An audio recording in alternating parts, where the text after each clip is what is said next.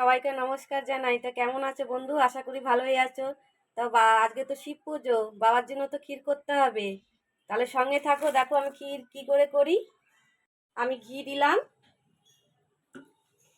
চালটা আমি ধুয়ে রেখেছিলাম, এবার চালটা দিয়ে দেবো, ঘি দিয়ে একটু ভেজে নেবো।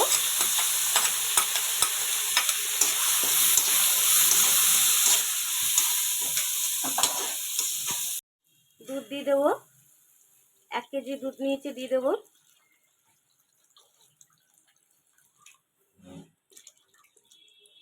বন্ধু এবার আমি তেজপাতা দিয়ে দেবো,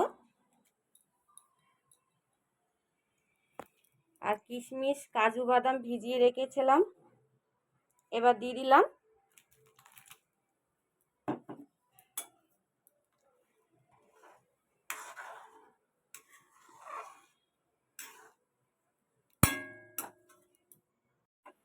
বন্ধু আমি মিশ্রি দিয়ে দেবো,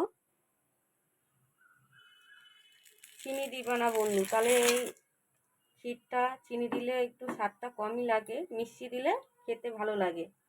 মিষ্টি দিয়ে রান্না করো। এলাচ দিয়ে এলাচ দিলাম।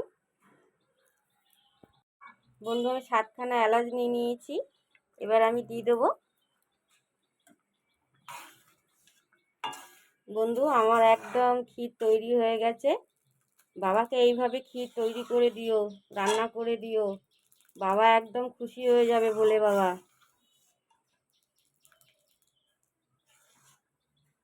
তা বন্ধু ভিডিওটা কেমন লাগলো লাইক শেয়ার সাবস্ক্রাইব করে দিও। সুস্থ থেকো, ভালো থেকো বন্ধু। আর আজকে তো শিব পুজো, সবাই আনন্দ করো বন্ধু। ভালো থেকো, সাবধান হয়ে থেকো।